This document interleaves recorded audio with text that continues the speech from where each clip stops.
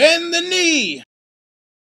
Hey, what's going on, everybody? This is Don Willie coming at you from the ruins of Summerhall to talk to you about one of the most legendary knights of the Seven Kingdom, former Hedge Knight, former Lord Commander of the King's Guard, Ser Duncan The Tall.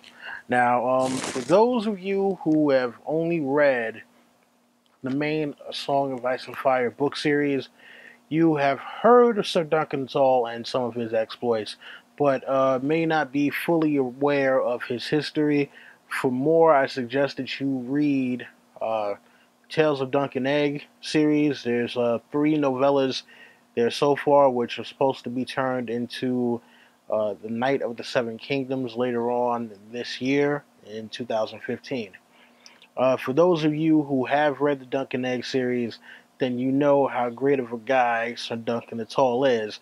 And, one thing that's good about that particular series is that it's all written from his perspective, even though it's the tales of Dunk and Egg, Egg being Aegon the Fifth Targaryen. Uh, you know, it's all written from Dunk's perspective, so we get to see what's going on in his head primarily. So, where to begin? Again, this is a guy who, if you know anything about him, he's, like I said, a legendary knight known for doing a lot of good deeds. But the funny thing about it is he may have never actually been knighted at all. So, when we first meet Dunk, he's burying the man he squired for, Sir Arlen Pennytree, on the way to the tournament at Ashford.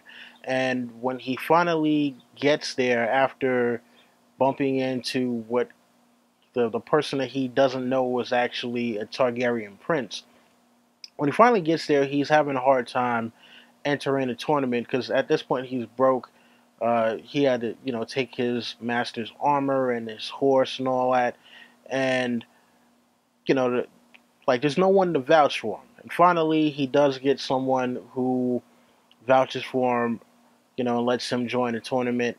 And, he gets his own sigil because they tell him that he couldn't use Arlen Pennytree's sigil because he's not a member of that particular house, which, it's understood.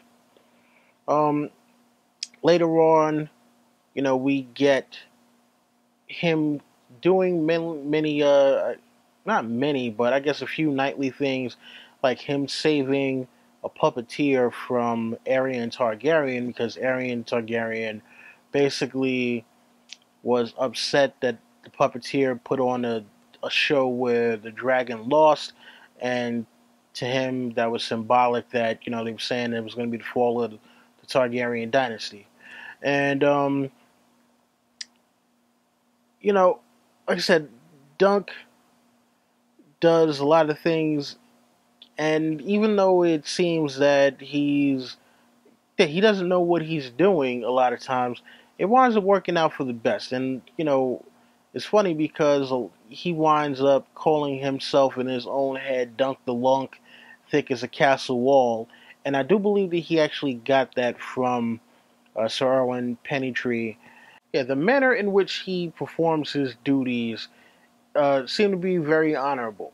Now, it's said that in the main A Song of Ice and Fire series that we have actually come across descendants of his, maybe not knowingly. A lot of people think it could be Hodor as a descendant, Brienne of Tarth, possibly the Cleganes, because this is a man who was said to be almost 7 feet tall, and as we know, the mountain, I believe, is over 7 feet.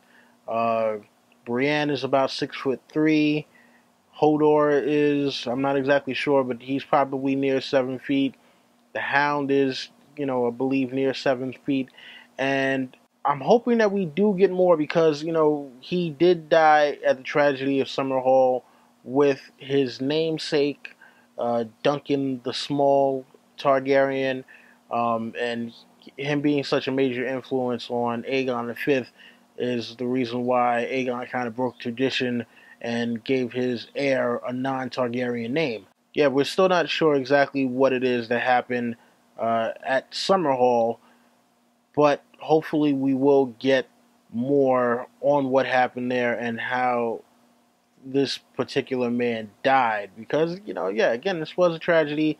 He's somebody in the story who a lot of the Kingsguard, the ones who actually have honor, actually look up to, and he's talked about with reverence. And just seeing his younger exploits definitely give you an insight into what kind of person that he was. Now, we don't get to see him as a Kingsguard. We only really get to see him as a hedge knight. But just the stories that we do get of him as a hedge knight when he's rolling around the Seven Kingdoms with Aegon, when he's young Egg, and him bumping into people who wind up becoming famous later on.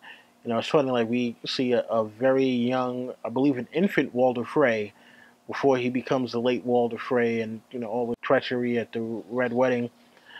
We get to see him interact with Brynden Rivers, aka Bloodraven.